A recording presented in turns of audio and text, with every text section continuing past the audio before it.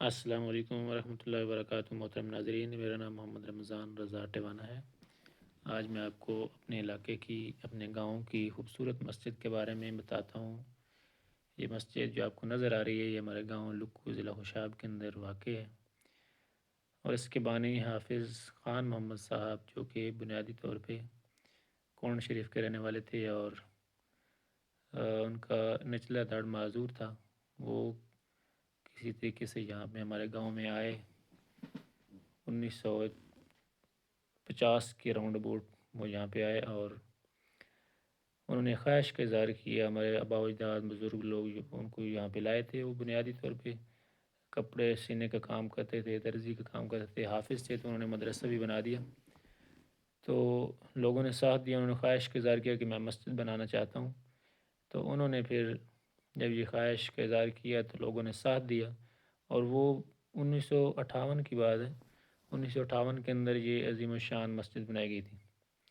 18 جون 1958 میں سنگ بنیاد رکھا گیا، اور یہ کتنی خوبصورت مسجد ہے۔ یہ مسجد کا مدرسے کا منظر ہے، اور دیکھیں 65 سال پہلے اس دور میں بھی کتنی عظیم الشان مسجد بنا دی گئی تھی۔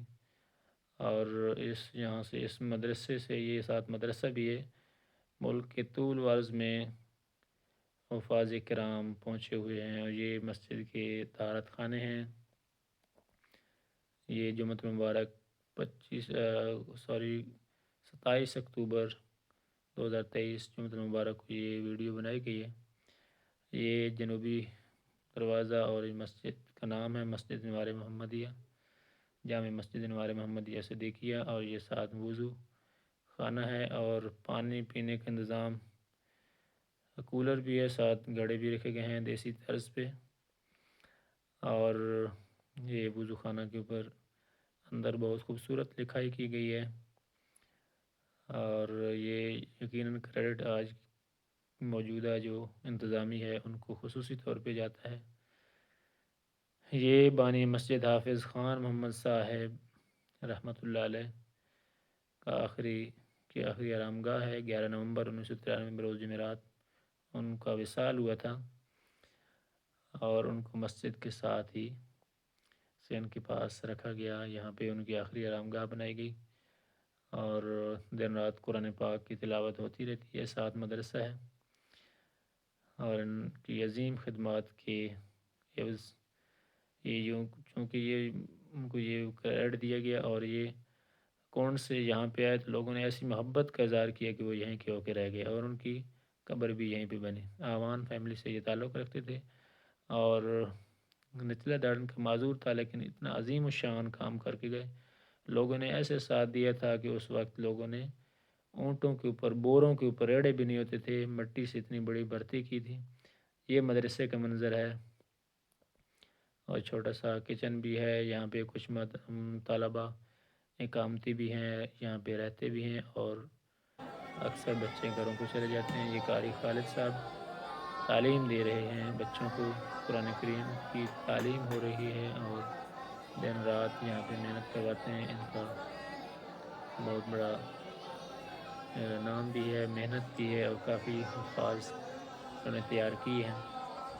تو یہ مدرسے کا منظر آپ دیکھ سکتے ہیں، کیسے دلچسپی کے ساتھ بچے پڑھ رہے ہیں، اور یہ ساتھ مسجد کا اندرونی منظر، ساتھ والے حجرے کا منظر ہے، اور یہ مسجد کا صحن ہے۔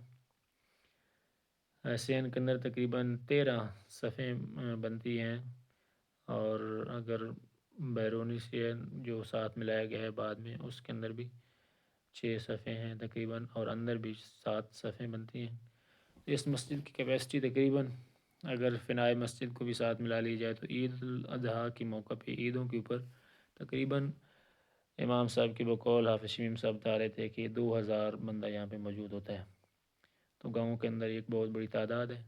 یہ مسجد کا اندرونی منظر ہے، خلفائے راشدین کے نام لکھے گئے ہیں، یہاں پہ چینی لگوائی جا رہی ہے۔ پہلے یہاں پہ پینٹ ہوا تھا، اور اب یہاں پہ مسجد کا کام جاری ہے، اور انتظامیہ چونکہ نوجوان قیادت ہے، حافظ شمیم عباس صاحب اور ان کے ساتھ باقی ممبران بہت اچھے طریقے سے مسجد کو مینٹین کر کے ان کا کام کروا رہے ہیں، اور دن رات تقریباً یہ پورا سال کام ہوتا رہتا ہے، ابھی بھی کام جاری ہے۔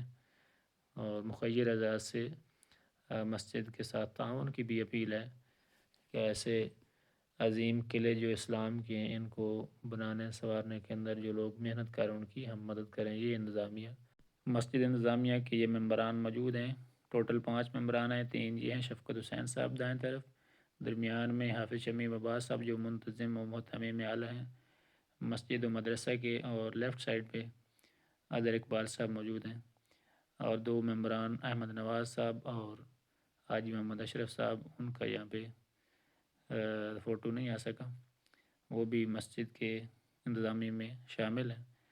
اللہ رب العزت سب کی کوششوں کو، جو بھی لوگ تعاون کرتے ہیں ان کی کوششوں کو منظور و مقبول فرمائے اور مسجدوں کو آباد فرمائے۔